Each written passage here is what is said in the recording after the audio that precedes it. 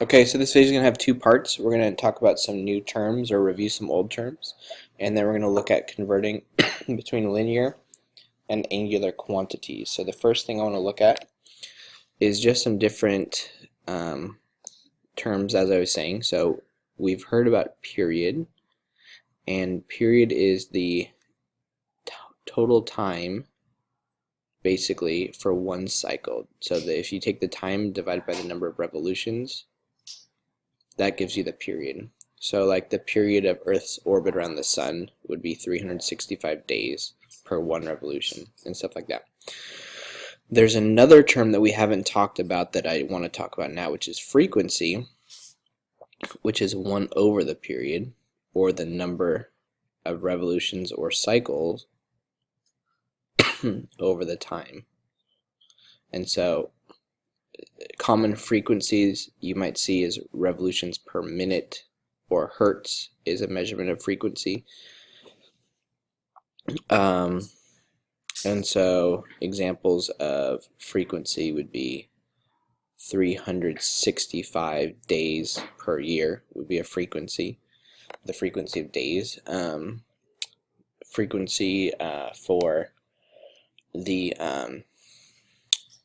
the radio station that you're tuning your car to is in kilohertz, I believe, or megahertz, depending on if you're using AM or FM.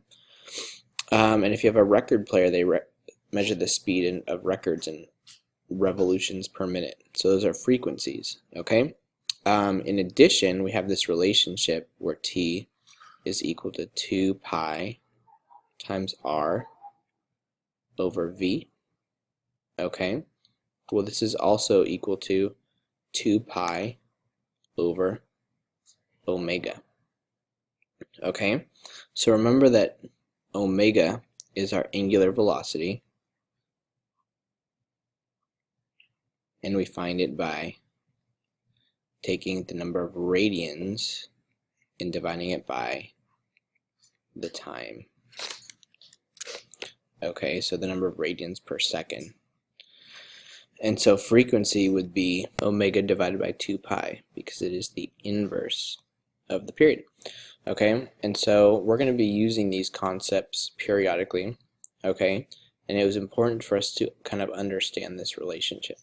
The next focus that we want to talk about is the relationship between linear and angular quantities. So remember that we compare distance and angular position, or displacement and angular displacement, by multiplying the radians by the radius.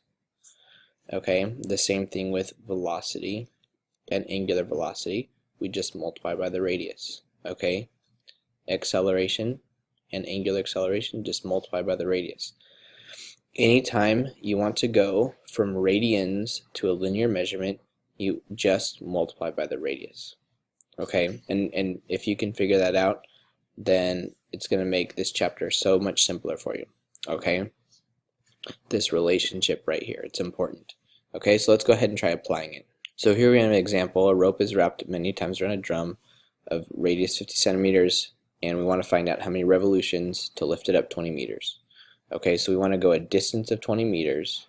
We have a circle of radius of 0.5 meters. And so the question is, how many, let's start with radians. How many radians does it need to rotate through? So we can use this here relationship, S, or we'll just use X, equal to theta times R. And to solve here, we know that we want to go 20 meters. That would be our position, or our distance, or displacement, I guess. And our radius would be 0.5. So we solve this. We get theta equals 40 radians. To go from here to revolutions, we'd say, okay, well, there are 2 pi radians in one revolution. So if we take this and we divide it by 2 pi, we get the number of revolutions. That would be 20 over pi. Okay? The second part is, what we could say, well, what if it takes to lift it? What if it takes 10 seconds? Okay, let's say we do this in 10 seconds. Well, if I asked you then what the angular velocity was equal to, then you could take your 40 radians and divide by 10 seconds. So omega is equal to 40 rads over 10 seconds, which is 4 radians per second. Then, if I wanted to say, well, how fast was it moving linearly, how fast was that block moving, then we could say, okay, well, V equals omega times R. And so V would be equal to, so R is 0.5, so 4 times 0.5 gives us 2 meters per second. Okay, and we could check it. We want to go 20 meters in 10 seconds. That's 2 meters per second. Okay, and so it's really this simple. This is how you go between radians and meters. And from a conversion perspective, it's a little tricky, right? Because in this first example, we divided 20 meters by 0.5 meters, and we ended up with 40 radians. Okay, now if you divide 2 meters, we should end up with nothing. It should be a unitless number, but we do have a unit here called radians, which we kind of just ignore sometimes. But the way that I understand it, and I've looked and I haven't really found anything, and probably just haven't looked hard enough, is the reason it works like this is because since this is our radius, we can think of it as in it's 0.5 meters per radius. And if you use that in your calculations, you can convert between radians or radii and meters pretty easily. Because if this is 5 meters per radius, we end up with radians. Okay, it's a little bit of a jump, but that kind of makes sense to me. Okay, and so this is the basics of it. Okay, so I'm going to let you give one a try now. We'll go ahead and do this right here. Okay, not that one. This one right here. Okay, so we have a bicycle. It has a tire with a radius of 25 centimeters. If the wheel makes 400 revolutions, how far will the bike have traveled? And the second question is, if it does this in, let's say, 100 seconds, what is the velocity equal to of the bike? Okay, so go ahead and find the distance traveled. Let's find the angular velocity and the linear velocity from there.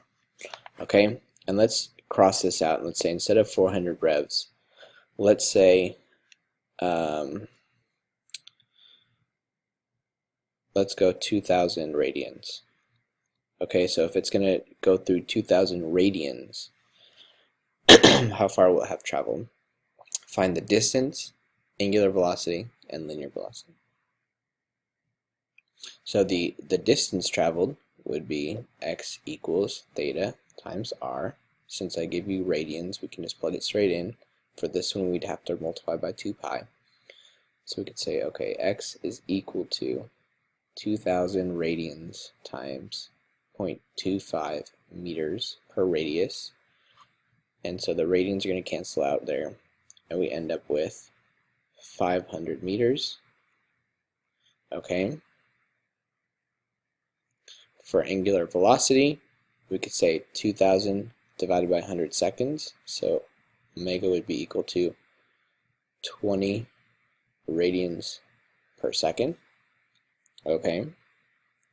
And from there we can find velocity by multiplying our 20 radians per second times r. And so that'd be 20 times 0.25 or 5 meters per second. Okay, now of course, to find velocity, you could just divide your 500 meters by 100 seconds and get 5 meters per second. Okay, so hopefully this makes sense. We're going to do one more thing. We're going to kind of look at the difference between angular velocity and linear velocity, and then we'll wrap this up. So you can see this wheel here with 4 spots A, B, C, and D. And what I want you to decide is if we were to rotate this 1 revolution, which point would move the fastest? Go ahead and input your answer. Sorry, let me specify. Which point would have the greatest angular velocity? Looking at these 4 options. Okay? Put in your answer. Now let's test. Okay? So, you see that they start at the same time and they ended at the same time. If we compare those, they all completed one revolution at the same time, and so if one revolution was 2 pi radians and they completed it in 2 seconds, that would be our angular distance over time, or angular displacement over time. Then we get pi radians per second as the angular velocity. And you could see that all 4 of them completed that one revolution at the same time. So we're going to look at this again, but this time I want you to pick which of these 4 locations is going to have a faster linear velocity. So which one is actually moving the fastest? Okay. Alright, let's go ahead and try. Alright, let's see it again. Hopefully you could see that position A had the greatest velocity. So remember that velocity is equal to omega times r. If they all had the same omega, if you look at the circle, A had the largest radius, where D had the smallest, and so A had the greatest velocity because it had the biggest radius. Okay. If C was halfway, then it would have half the velocity of A, D would have a quarter of it, and B would have 3/4. Okay. Please let me know if you have any questions, and I hope this made sense.